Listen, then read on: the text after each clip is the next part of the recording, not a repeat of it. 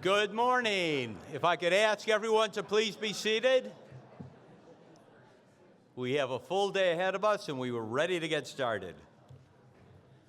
Hi, I'm Mike Clouden. I'm the CEO of the Milken Institute, and it really is my pleasure to welcome you to today's California Summit.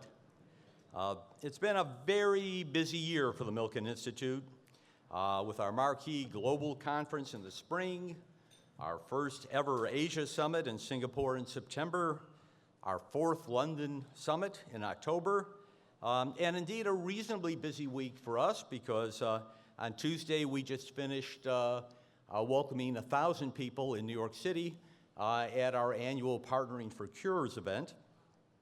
So we allowed ourselves a few hours to fly back across country for today. It's been a very busy time for us, as we say. We don't just do events by any means. We continue to put out very cutting-edge research and opinion and policy pieces. On average, we publish one such piece per week, so about 50 for the year. We've also had 155 separate events so far this year of one type or another, a not insignificant number. We've had more than 20,000 registrants at those events. Skip Reimer, our great director of events, has coined a new phrase for it, and it's partnering for prosperity. And that is indeed what we try to do. And part of our doing that is what we're doing today. Our home is in California, and so this meeting has very special meaning for us. Throughout the year, our California Center brings policymakers, stakeholders, and innovators together to find and advance ways to make our great state even greater. Today's meeting represents the single most important California convening of the year. We have invited you, rather than having a general open conference as we did in previous years up until last year, because we've decided a smaller group of invitation-only attendees would do a much better job in advancing discussion and in moving the agenda of the California Center along. And we look forward, particularly in the smaller sessions, to you participating in more intimate discussions. You'll hear more about the Milken Institute's California Center work at lunch, but it'll be a great story, and I'm looking forward to your hearing about it. One piece of the work we've done this year I should highlight, which is our report, Hollywood Exit, What California Must Do to Remain Competitive in Entertainment and Keep Jobs, played a very significant role in shaping the new film incentive legislation passed this year, and that was shepherded through the legislative process by one of the panelists you're about to hear, Kevin De Leon. So before we begin, though, I should note that the Institute is a 501c3 publicly supported nonprofit. We can only do the work that we do because of the support of our friends and partners. So I'd first like to acknowledge our strategic partners, whose names you see up on the board. They make our work possible throughout the year and throughout the world. And I'd like to thank specifically the firms that support the special work of the California Center. It is their support that helped to make this event and the other work we do in California possible. Now, we're trying to be as green as possible without doing unnecessary paper. So to that end, and in order to make your stay here as productive as possible, I'd urge you to download and use the conference app. You'll see the instructions on the screen. You download the Milken Institute's event app. If you've already downloaded it for our London Summit or our Asia Summit, it's actually already on your device. But if you haven't, go ahead and download it. The instructions are up there. It'll have not only the program and information about speakers, but we'll have additional information added throughout the day.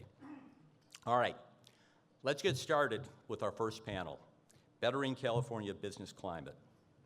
And as I welcome them on the stage, I'm delighted to introduce the panel's moderator. We at the Institute are very lucky to have a number of colleagues who, with a relatively small number of people, only 100 in all, produce so much. So I'd like to introduce the moderator, probably our most productive colleague, Mike Milken. Thank you, Mike. And good morning. I'm sure you've had a chance to read about the background of all of our panelists, so I thought I'd just start by setting the stage a little this morning. California. And let's take a look at where California today ranks in terms of the economies of the world. So today, California would be, if it was by itself, the 8th largest economy in the world. But my guess would be substantially larger because it could set its own immigration laws, and we'd have a lot more citizens from Asia and other parts of Latin America with us here in California. And we have a good chance to move up to 7 with just a little devaluation of the real in Brazil here. And the weakness of the pound compared to the dollar could also move us back up into the 6th place. So when we step back and think, how do you create an economy? How do you create growth? We just finished our Partnering for Cures conference. And at that Partnering for Cures conference in New York, it reminds us constantly that 50% of all economic growth comes from medical research and public health. So when we want to really create the world's economy, we're focused on getting people healthier, living healthier and longer lives. And there's a very important role that we're going to play in the 21st century, because leaders in the 21st century will be those nations or states or areas of the world that are the leaders in bioscience. And we step back just to understand where that stands. If we look at tech transfer and patents in bioscience, at this time, you'll see that California is the leader in this area. And so California, the area around Northern California, San Jose, San Francisco, Oakland, those 3 separate areas combined would be the top 10, would be the top patent region, and San Diego, and then the Los Angeles area. So as you think about the world, 3 of the top 10 or 3 of the top 7 actual areas are in California at this time. If we step back and look at it a little differently and say, well, those universities, where the world really moves, we see in universities. Out of the top 20 bioscience universities in the world, 6 are in the state of California. So if you assume, once again, those areas of the world that will be the leaders in the 21st century are in bioscience, and it's not just health, it's agriculture, it's water, it's environment, and air. As we think about those issues, we have 6 of the top 20. In fact, we have 50% of the top 12 bioscience universities in the world, and the developments around them bode well for our future.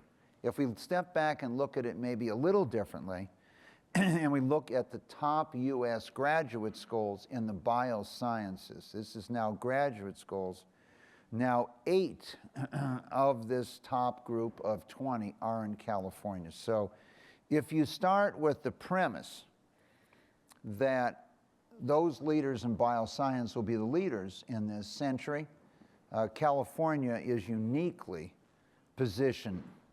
There's another interesting thing, and there was a study done of the leading universities in the world that have been founded in the last 50 years. So that would obviously not count Harvard or Berkeley or UCLA or USC.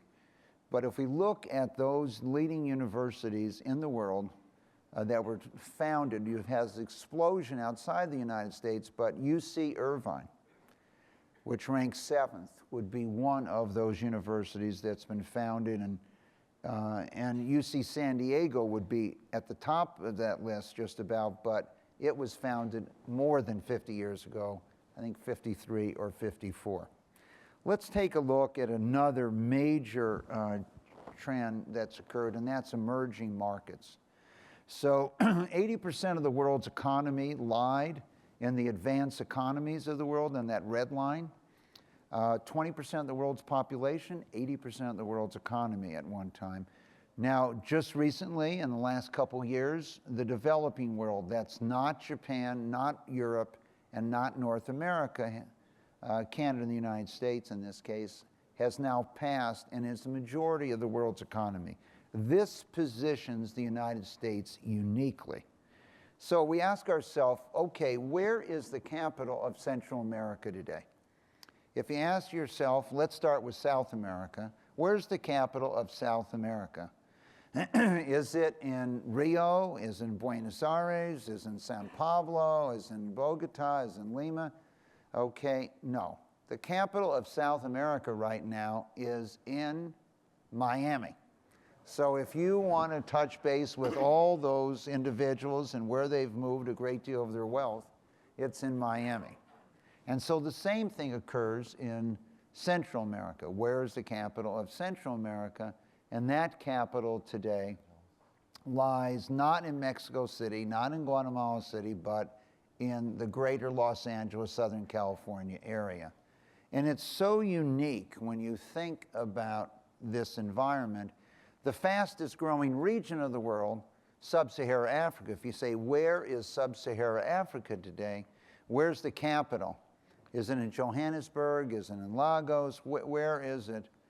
It's actually in London. And our London summit that we had just a couple of months ago really emphasized how comfortable the leaders and the entrepreneurs from Sub-Saharan Africa are in that area. And so when we step back and think about this issue, California is so well situated. The changing face of America, let's take a look at where Asian Americans are living. The number one area in the United States is in the greater Los Angeles area. San Francisco, San Jose, San Diego, Riverside, Sacramento fall in that category. But when we think about California, 3 of the 4 areas. Changing face of our country, this enormous growth, and the fastest growing part of our population for the entire United States are Asian Americans, which bodes very well for California. As we saw, second fastest Hispanic or Latino Americans.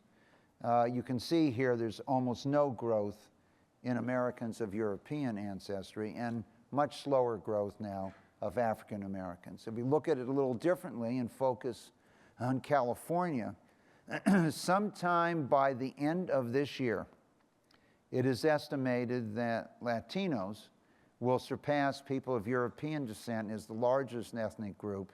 But as we all know, it's not where you are, it's where you're going, and you can see the growth rates in California. 38% growth rate in the last 13 years of Asians in the state of California, people of Asian ancestry, Latino ancestry 33%.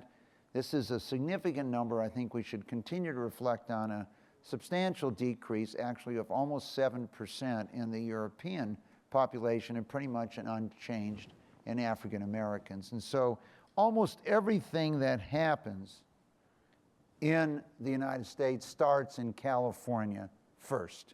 And I think this changing face of our country and the leadership that we're looking forward in the Latino and Asian communities for our country, and we are so lucky to have President Pro Tem of the Senate here in California, Senator De Leon, with us today on this panel.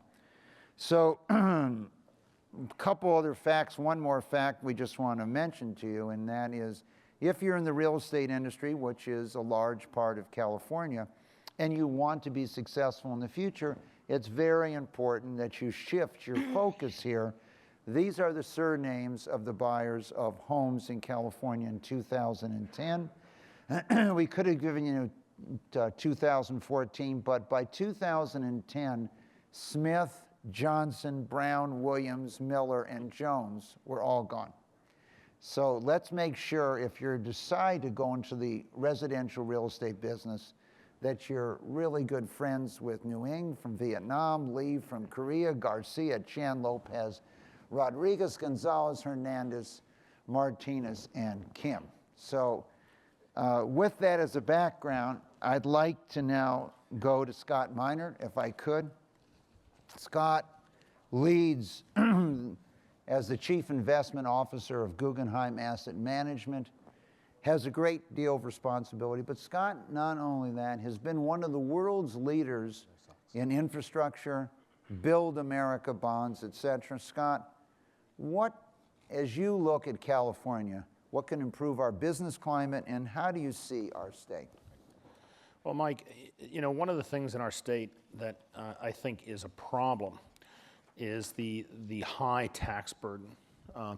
If we see slide 5, we can see the marginal tax rates for the state of California. This is no surprise to anybody who lives here. Slide 4 also tells a similar story in relationship to our situation in business. So rather than look at assuming that we have a zero growth pie, I think that we should be focusing on opportunities to expand the output of the state. And if we had slide 11, we can see that infrastructure investment has been one of the top performing investment categories of this century. And when you look at where California is on infrastructure, the governor has boldly moved into high-speed rail. If you look at slide 10, we can see that high-speed rail is just one opportunity for infrastructure investment in the state.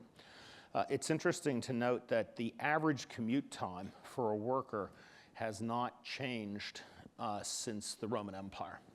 And so and some of the distances that are covered in LA are about the same as they would have been in Roman times. Walking would be faster. So if we were able to improve the infrastructure of our state, and we could bring economic prosperity to other parts of the state, we could reduce commute times, we would be able to continue to grow economically and bring growth into regions of the state where we have not seen growth before or that are currently economically depressed.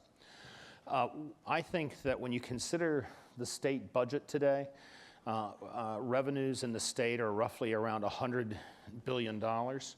I think the success of Proposition 2, which we discussed last year at the conference and had advocated, and Governor Brown endorsed, is really telling us that the state's health financially has improved materially.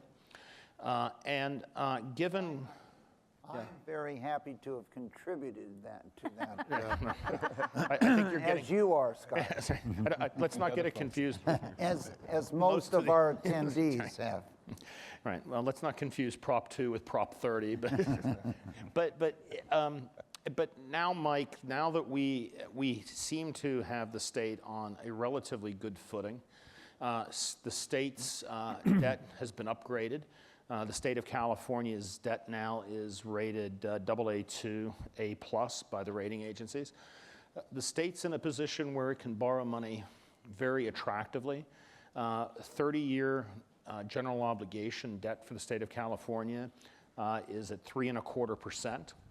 I think it's time for California to shift its focus toward enhancing economic growth through expanding infrastructure, and to use the availability of credit and the relatively low cost of credit as an opportunity to undertake a massive infrastructure program.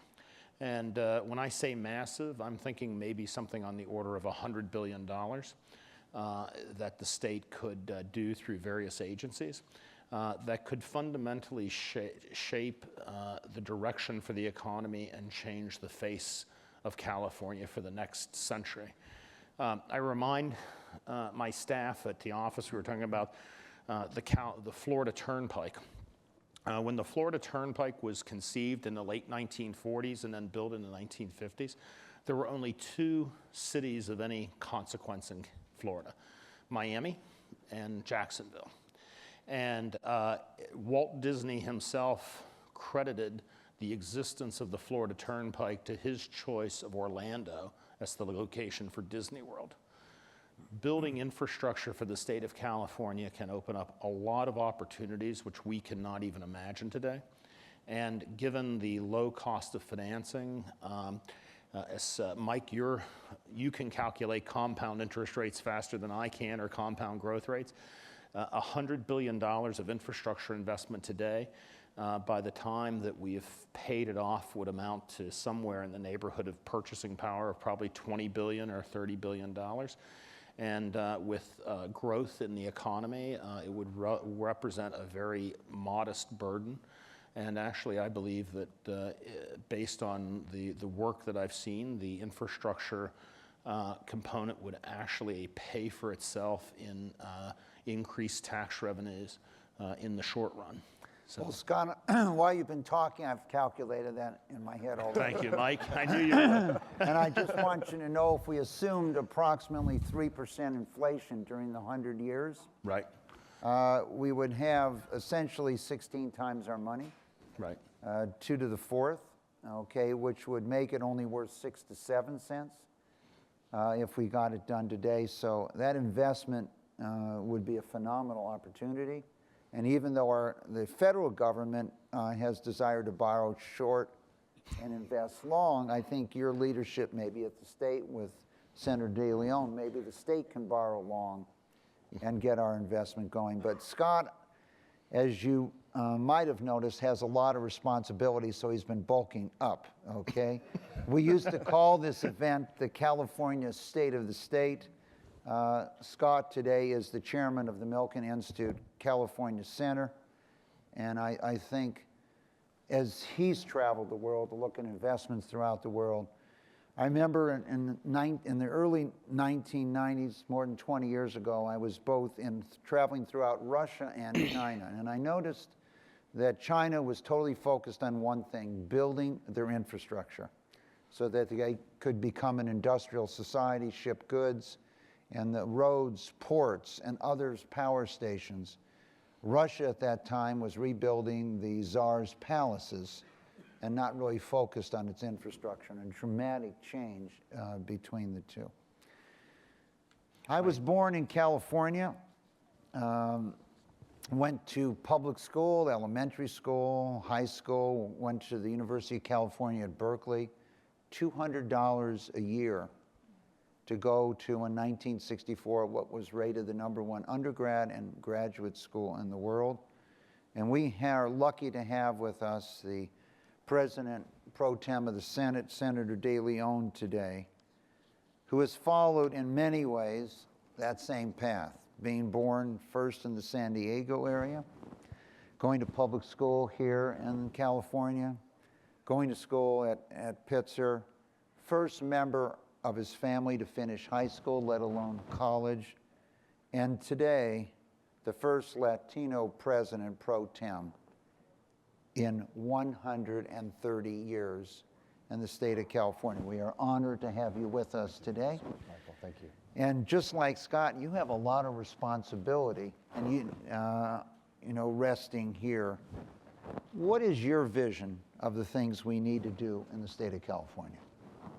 First, Michael, thank you very much for your very kind invitation to be here with each and every one of you. We have various opportunities and obviously numerous challenges. So we just got out of the worst economic recession since 1929. And there's been a lot of pain in the state of California, particularly for the most vulnerable constituents throughout the state.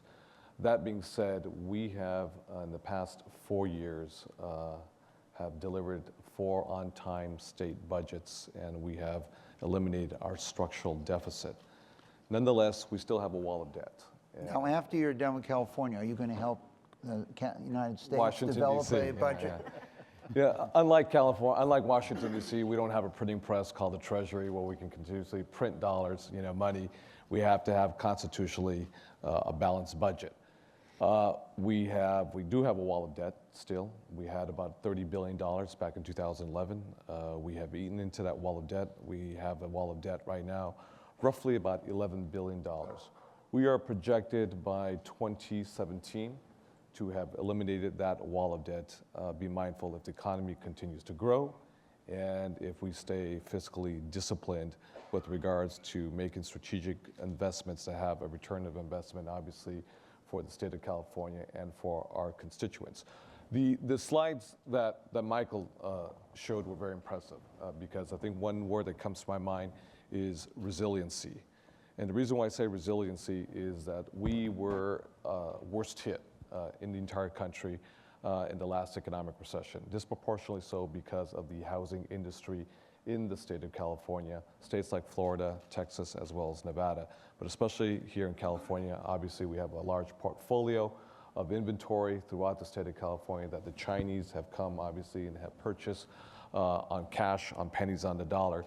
But given that, it had a very profound impact on our state budget. It had a very profound impact, as you mentioned, Scott, on our credit rating. The quality of our paper was such that at one time we were hovering, closely to the bottom. But our quality paper has We increased. call that non-investment grade high yield. There you go. High yield. Risky, I get maybe a high reward. I get a royalty every time you mention it.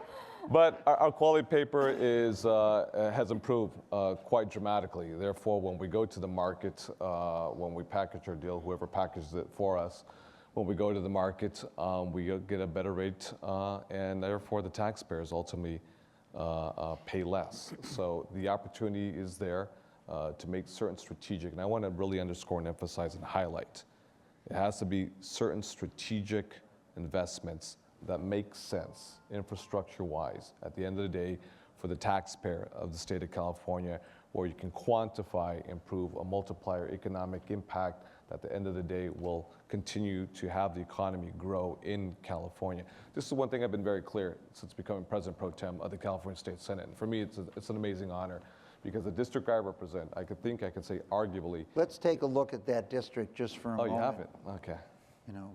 Out of the 10,000 slides we prepare every year, we prepared one for California's 22nd State Senate District. Tell us about that district. My district, I represent, for those who don't know, a state Senate seat in California has roughly an average of 1 million constituents. So it's larger than a member of Congress. I represent probably the most diverse district, not in California, not in the United States of America, but on planet Earth. And when I say that, and with redistricting, there's been reconfigured somewhat, the new district that will represent in 2015. I have all of Koreatown, I have all of Chinatown, I have all of Filipino Town. Manny Pacquiao actually comes, each time he trains, he comes over here before he goes off to Vegas, he comes to Filipino Town. I notice he's won a lot of his fights. Are you thinking of competing against him? I used to be a boxer, actually. That's why I wanted high to school know. youth, yeah. Was that a yes or a no? Can Not we against look forward Manny to that Pacquiao. match? Not against Manny Pacquiao. I have all of Little Armenia. I have all of Thai Town. I have all of Little Tokyo. I mentioned Chinatown. And I have the largest concentration of Mexicans outside of the Republic of Mexico. And I have the largest concentration of Central Americans, Guatemalans, as well as Salvadorans outside of Central America. So the amazing mosaic, the beautiful tapestry of the different ethnicities and cultures are the strength of this district.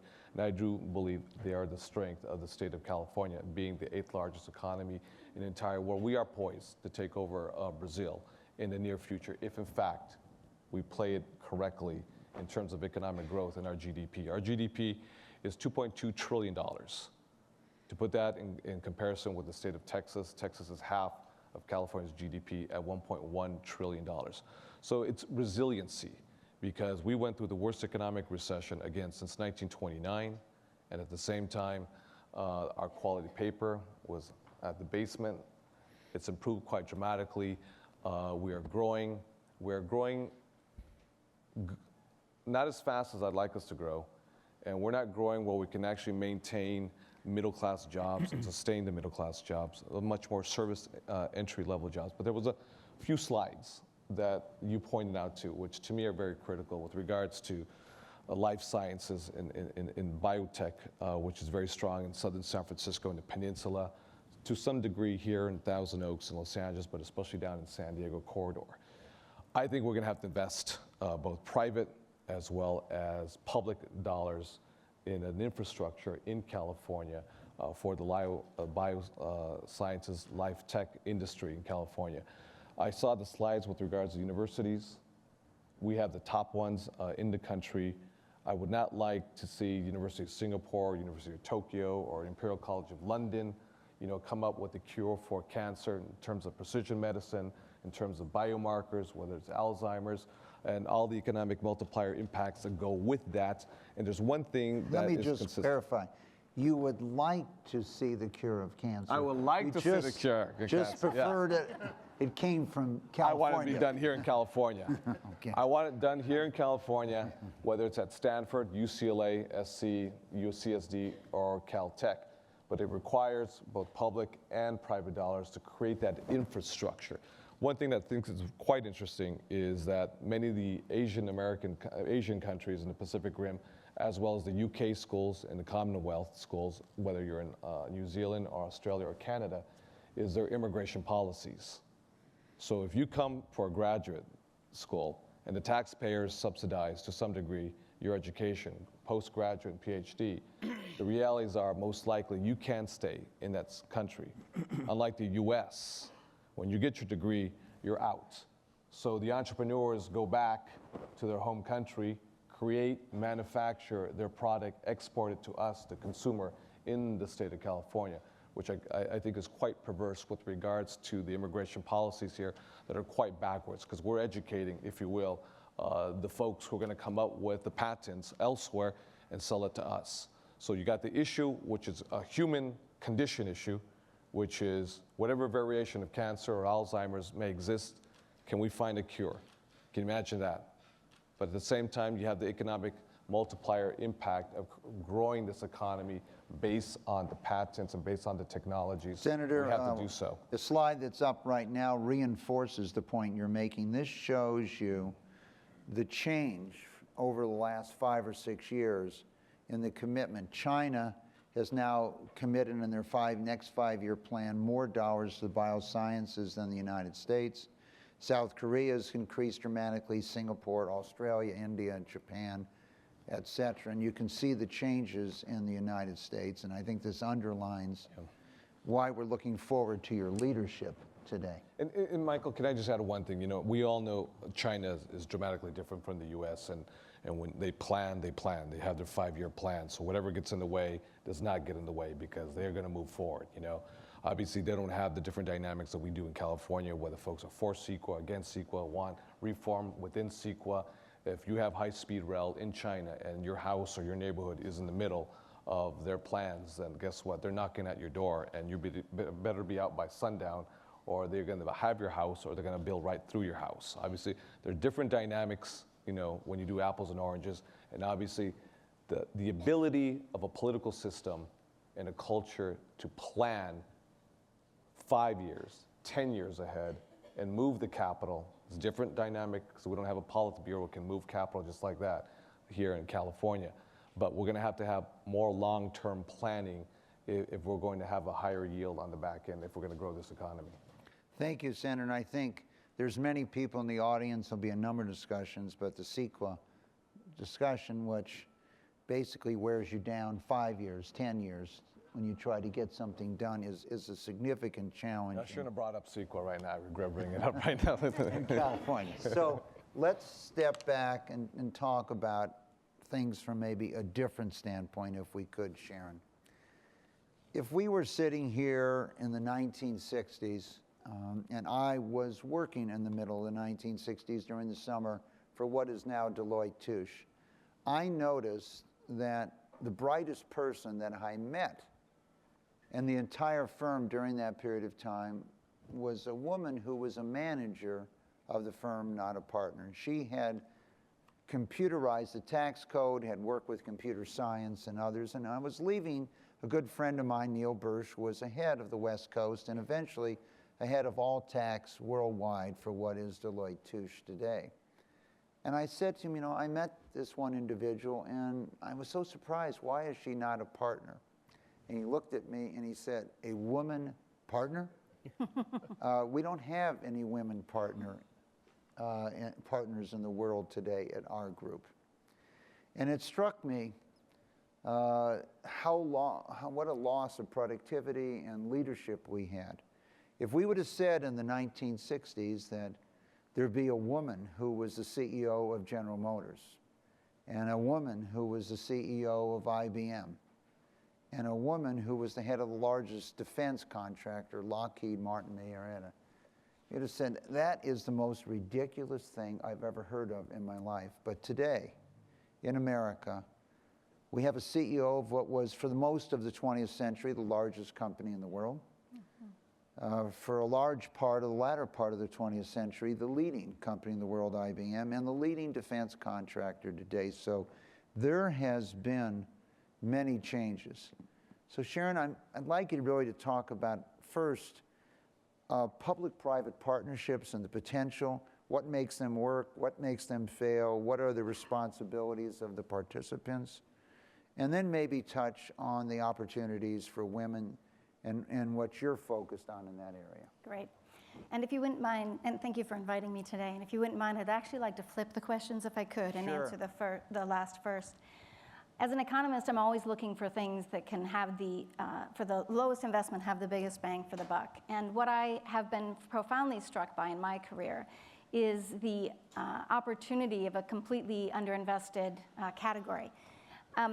Let's talk about California in specific, and thanks to this panel, I actually spent some time diving into the numbers in California. We're going to speak about 19 million of the California state citizens. That's the women in California. And 60% of them are women of color, so I actually appreciated your slide showing a woman of color as the growing population. It was worth noting. It's also important to note that in California, we have the largest percentage of women-led firms nationally. And these firms, they're counted poorly because we count them as women-owned, but really I'm more interested in women-led because as you know, those women you've put up don't actually own those firms, they're women-led. It's estimated that those firms, would they have access to the same capital as their male counterparts, could impact the US GDP 6 to 9%. So just by creating a leveling of the capital access playing field, we see possibly the single largest impact to GDP of any investment. Infrastructure, foreign investment, you name it. By investing in women at the ready, we see an economic impact unparalleled. And what I think I'd like to highlight is that specifically in California, we've seen a 58% increase in the last 15 years of women-led firms. Women are growing their businesses at 5 times the rate of their male counterparts nationally, and in California, we see similar companies starting numbers, so startup numbers. And if you look at a graph that I wish I had given to you last night, but I found it at midnight, so apologies. But it showed this growth trajectory of companies being co-founded by women. And that growth chart is fantastic for someone like me who actually invests in women-led companies. But the counter to that is, where is venture investment or capital for these companies coming from? And you see a decline in venture investment in women-led firms. What I was struck by as I looked at that chart is that women are accessing about 1/27th the capital that their male counterparts for the same businesses. And they, however, when they are able to access capital, are creating more jobs and higher investor return. So they are an underfunded segment that is outperforming their competitors. Very interesting, and an opportunity for our state to contemplate, how do we ensure not just access to capital, but the full participation of all of our qualified participants? And so let's speak about California's qualified participants. Other information that I learned in preparation for this panel was that 55% of California graduates today and applicants are women. 58% of science degrees, Michael, to go to your biotech future, 58% of life science degrees, graduate degrees, are going to women today. So these are women at the ready. This isn't a pipeline issue. This isn't that we need to actually invest in women at age 12, which, by the way, we do to keep women in STEM. But there's actually an abundance of women at the ready who are underfunded and challenged by access to capital. Harvard last spring did a great deal of research around this access to capital issue and found that, all other things being equal, same business being presented to same investors, white men were 64% more likely to secure funding than a woman. The least likely to secure funding was an attractive woman. So we all mess up our hair and go into our meetings. Point being, all other things being equal. So as we look at policies, let's ask ourselves, how do all other things become equal? Because ultimately, we want to invest in best-in-class competitive companies. And in California, we want to lead the nation. As Michael has put forth, California does lead the nation and can lead the nation. Unfortunately, is not leading the nation. 2% of venture capital going to women CEOs is a dismal number when women are half of the college graduates, more than half of the postgraduate degrees, and as we've just reflected upon, a greater percentage of the life science degrees. Something can be improved upon. So as we're contemplating policies, I like to look at some of the levers we have in the private-public partnerships that you alluded to.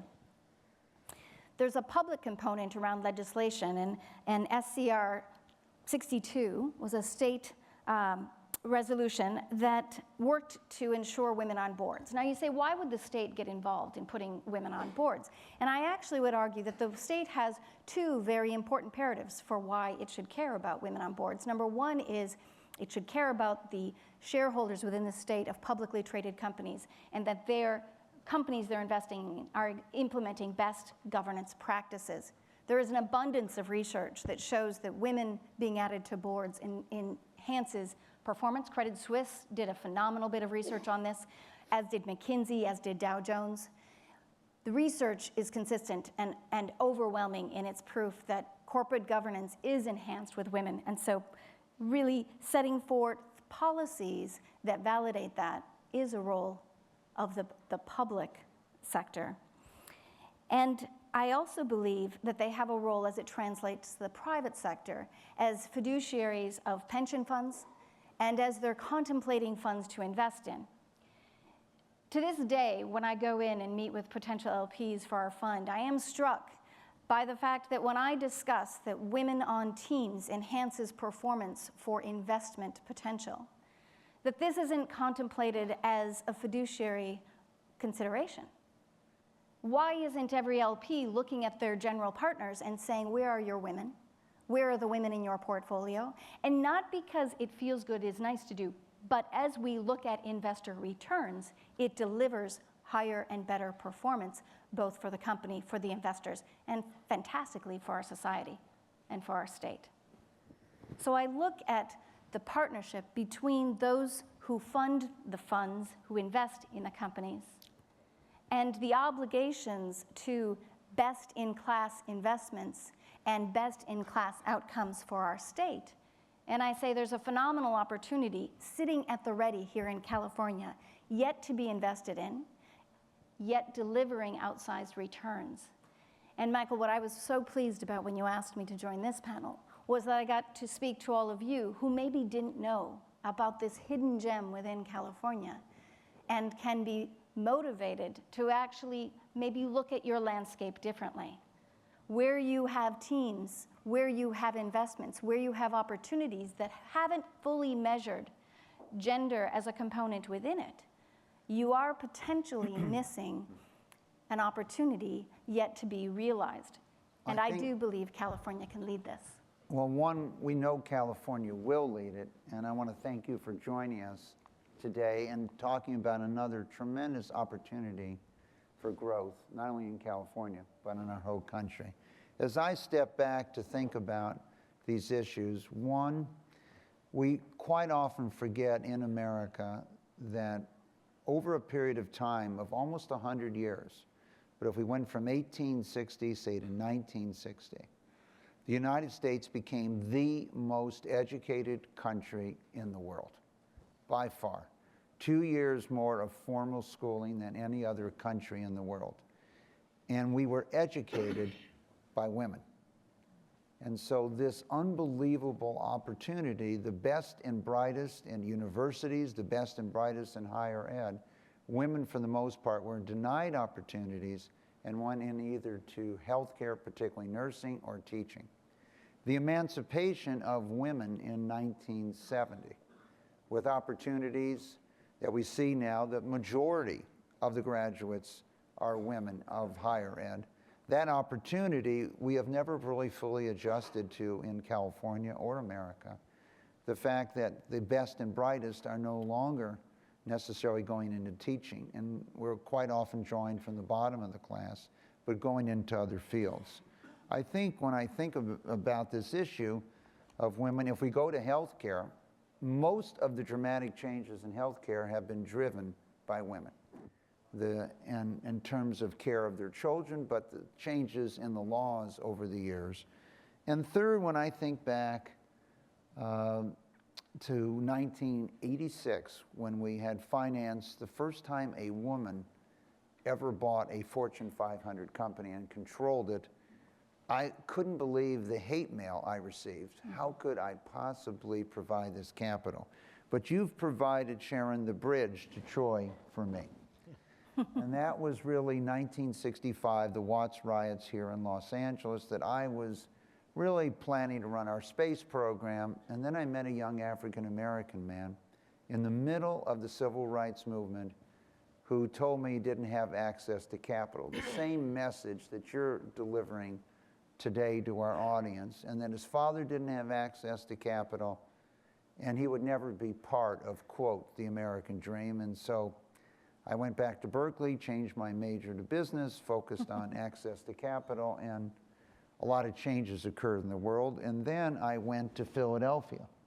Now, I had to get Philadelphia ready for Troy's birth, because Troy was not born when I first arrived in Philadelphia in 1968. And it was symbolic of many universities, Penn, Yale, University of Chicago, USC, where the university was there long before the community had had economic blight and other challenges. And so wrote this piece in 1993 called The Challenge from Within.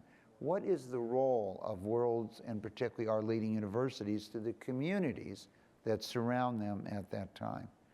And so we've come here today kind of full circle for me, a young African-American man who was born in West Philadelphia, an area where I developed my theories, and Scott Minerd also went to the University of Pennsylvania, who's today in California following that same American dream, but has changed the world deploying technology differently. And the exciting thing that we see about California in so many ways is that people that go to school here stay here. And they found businesses, and that's one of the goals we have. So Troy, why don't we start with the fact that you helped launch the career of a little lone singer whose first name was Stephanie. Tell us a little bit about her, how you did that, and how you bridged this gap between the future economy of technology and entertainment that is such a large part of the state of California. Well, thank you for having me here. And I guess my day job is managing pop stars, and then I moonlight managing my investment portfolio. So Stephanie, who Michael's referring to, is an artist by the name of Lady Gaga, who I signed when she was 20 years old. I got my start in West Philadelphia working with Will Smith and his partner James Lassiter, and those guys gave me the opportunity to learn the music business and the media business, which eventually, brought me to California. Kind of going off what you said and the young man that you met that, didn't have access to capital, I think it's a big thing of, you can't be what you can't see. And one of the things that got me interested in investing was an African-American man named Reginald Lewis, who had, from Baltimore, gone on to Wall Street. And as a kid, I read this book. It was titled, Watch Your White Guys Have All the Fun. and the title struck me, and I read the book, and this book became like a bit of a Bible. And this guy was like Jackie Robinson to a lot of people, a lot of young African Americans who had gone on to finance in Wall Street. And a few years ago, I was speaking at MIT, and a young woman walked up to me, and she told me she was starting this organization to teach young African-American boys how to code and around STEM. And before she finished her sentence, I just told her, I'm all in, just count me in, let me know where I need to be. And then a guy walked up, and she said, oh, and this guy used to work for my dad. And I looked at his lanyard, and it said the Reginald Lewis Foundation. So it was kind of like life coming full circle. So I just think it's big, and it's a big thing to be able to provide opportunities for people who don't have access and who don't have access to those opportunities. And so on the technology side, it had become very interesting to me because I ran into a lot of young entrepreneurs who had fantastic ideas,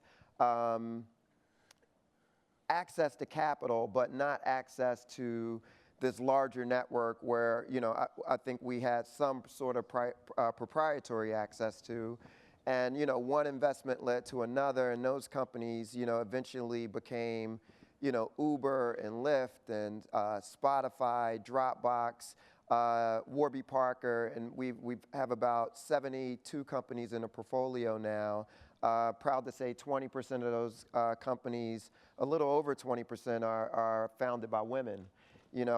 So we do look to, how do we diversify this portfolio and give opportunities and prop up, entrepreneurs who normally wouldn't have that sort of access.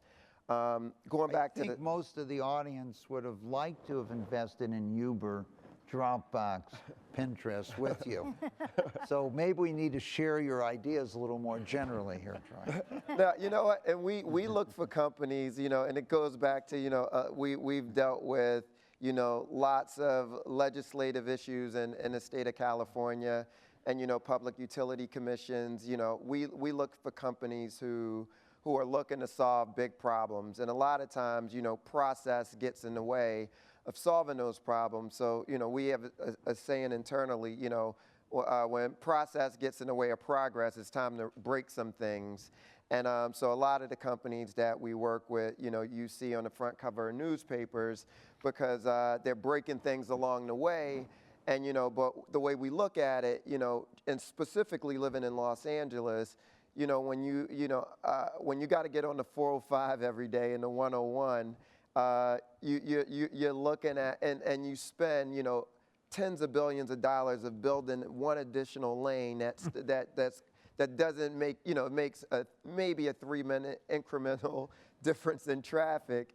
And, but at the same time, you have people that are fighting, ride sharing, Uber, and these things, these services are, one will provide jobs, provide, increased taxes, and also, air pollution, quality of life, and all of these other things. So we're just looking at, how do we work with local government and state government on trying to increase some of the regulation and make it easier for startups to operate in California. Well, Troy, I want to thank you. We are excited that you came to California. Oh, thank you. And I met Reg Lewis as a young man. Wow. And I was happy to provide the capital to Reg so that he could build his business. And we did travel around the country together for 3 years. Wow. Visiting schools, et cetera. And I think as the start of the panel, one of our efforts in creating this panel was to try to give you a look at the future of America, and really coming from the state of California, where a young African-American man, 50% or more of our population are women, the first president pro tem of the Senate from Latin America, and Senator De Leon, and one of the world's greatest investors in Scott Minerd, and maybe the first person that really understood infrastructure from the investment community, giving you some ideas to the future of our state. Now, Senator, since we're in LA, we have to spend a few minutes talking about film tax credits. Where do we stand? Where do we go? And I know your leadership made a big difference in this area. The film TV tax credit, Michael, was the the lead negotiator with the governor. Historically, it was a $200 million annual TV tax credit. The objective was to stop the hemorrhaging of so many mostly middle-class jobs to other states throughout the country, but throughout the world too, the UK, New Zealand, parts of Asia, obviously Canada. And it was tough negotiations with the governor because the governor has a well-deserved reputation of being fiscally tight-fisted. It's right now, starting in 2015, we'll have a $1.5 billion tax credit. I rewrote the bill. It wasn't my original bill. It originated from the Assembly House, but I dismantled what was a sort of a game of chances lottery system, an arbitrary decision-making system based on a lottery, who would get the money and who wouldn't get the money. The most important thing, if I could really emphasize, is that the end goal objective with the film and TV tax credit, obviously, is to keep jobs in the state of California and not hemorrhage them outside of California and other parts of the world. Therefore, there is some quantifiable verification methodologies that I drafted into the measure. And the reason why I say this is it's really important because sometimes there's a thinking that there's a chute in the middle of the sky that you just sort of pull this lever and all these dollars, billions of dollars just fall down for tax credits. Tax credits at the end of the day belong to each and every one of us. They belong to the taxpayers. And your rate of return has to be a good rate of return. You have to collect your dollar and then whatever pennies above and beyond that you promise to the taxpayer. Oftentimes we have no idea if tax credits actually work or not. On the left, sometimes, tax credits, there's an anathema to it. You have to convince folks. And on the right, sometimes, tax credits are like catnip. You say tax credits and they go crazy and they don't know if it works or not, but there's a promise of thousands of jobs. So I think the taxpayers want to make sure you can quantify and verify, did you have an actual real economic output?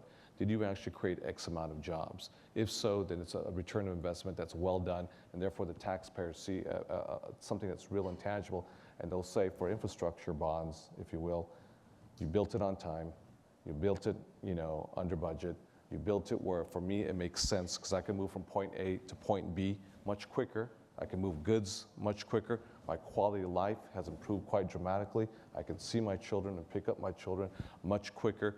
Investment, well done. And therefore you have the faith of the taxpayer to say, I will invest in X and Y and Z. So we will go into, New York will have the largest tax credit program in the country. I don't believe we had to surpass New York. We don't have to do so, but we will be the second largest, $1.5 billion. Thank you, Senator. I know Kevin Clouden, who led the efforts at the Institute, really enjoyed working with you on this and was instrumental. Yes, one thing, I want to give credit to Kevin Clouden and the Milken Institute because I relied a lot on some of the financial modeling to make sure that we can actually have a very transparent and solid argument for the taxpayers. So I want to thank the Milken Institute for a lot of the behind-the-scenes work. So, Scott, besides for being the chairman of the Milken Institute California Center, if for one day you could have significant influence over Senator Pro Tem, President of the Senate, the head of the Assembly, and Jerry Brown, our esteemed governor, what would you do in form of tax reform? You have a lot to do because you're only given 24 hours. That's right. Well, Mike, I would look to slowly bring down the marginal tax rate and try to move the state to something. Now, when you say slowly, isn't that tax rate that we pay, isn't it supposed to expire? Yes, it cliffs. and Governor Brown has promised that we are not going to have a continuation of it. Because I had told the governor last year that, my guess is that for people that make over a certain amount of money, call it 10 million, that the population would vote for 100% tax. Why stop at 14 or whatever? Just go straight to 100. But do you think that's actually going to happen? That we will actually reduce the marginal tax rate? Yeah. I'm going to take the governor at his word, Okay, fine. but Well, maybe you and the president of the Senate here can spend a little time on it also. Do you think it would change our state by bringing that marginal tax rate down? I do. I think that there has been an exodus of individuals and businesses from the state. Toyota now is relocating. We need to make California a more attractive place to invest capital and to live in terms of affordability. So I like to call the taxes, it's my privilege to live in California tax because I just love California so much. But there are some people who don't feel as strongly as I do.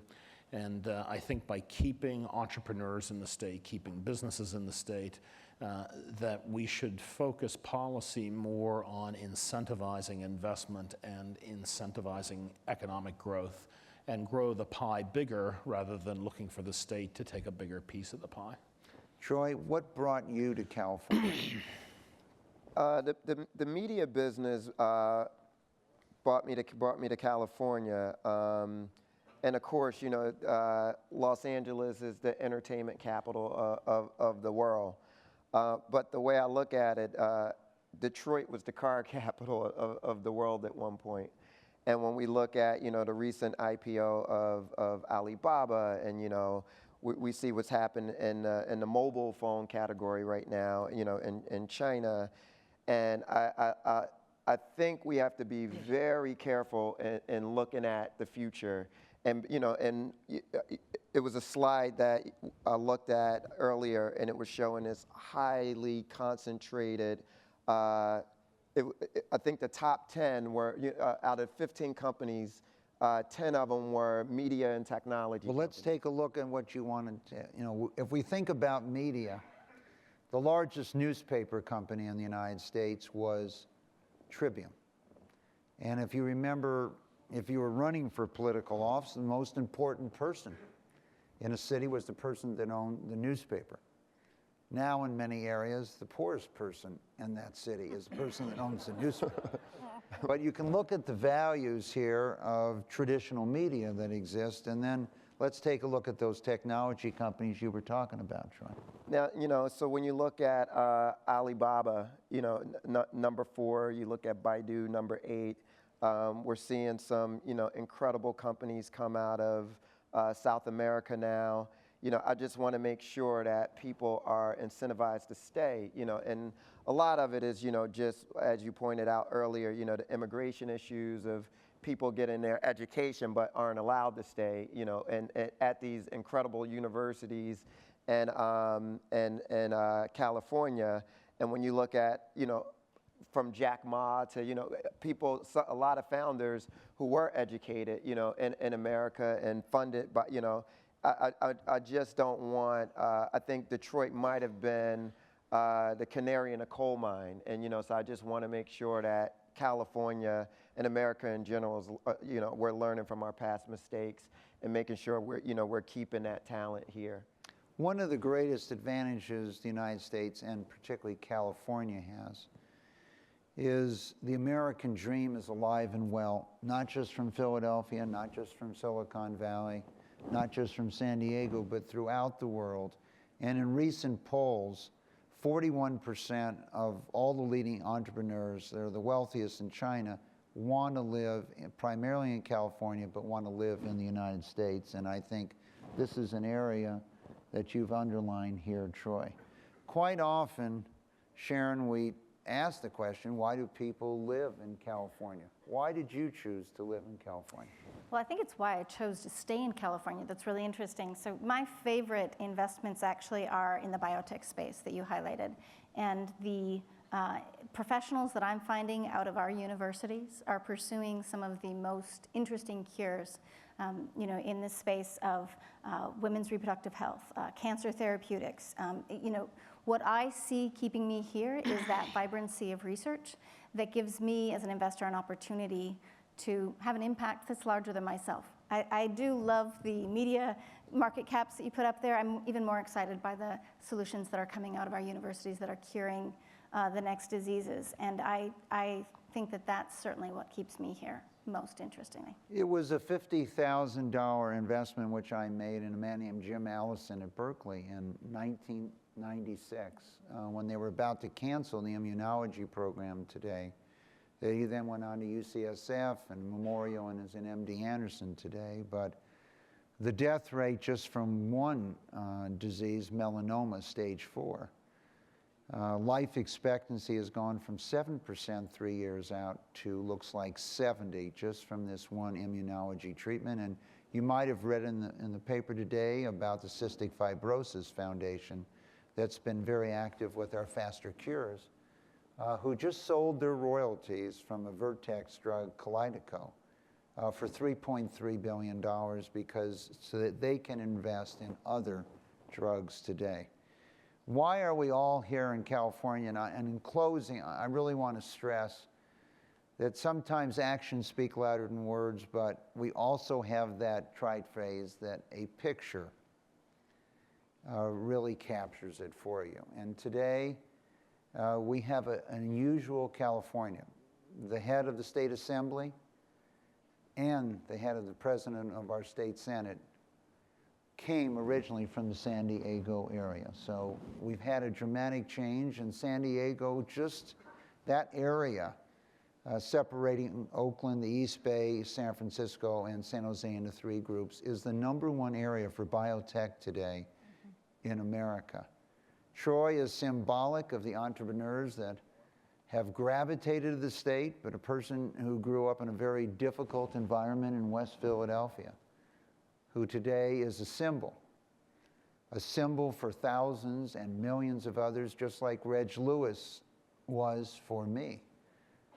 I chose to go into finance in 1965 because of this young African-American man, and lending money to Reg Lewis in 86 and 87 so that he, instead of selling, could be the first African-American ever to buy a $1 billion company. As you can see today, what Troy has resonated as a sign of independence as part of that civil rights movement. And with Senator De Leon and Troy and Sharon and Scott, we are well prepared for California to be a leader in the future. Thank you for joining us today. Nice to meet you.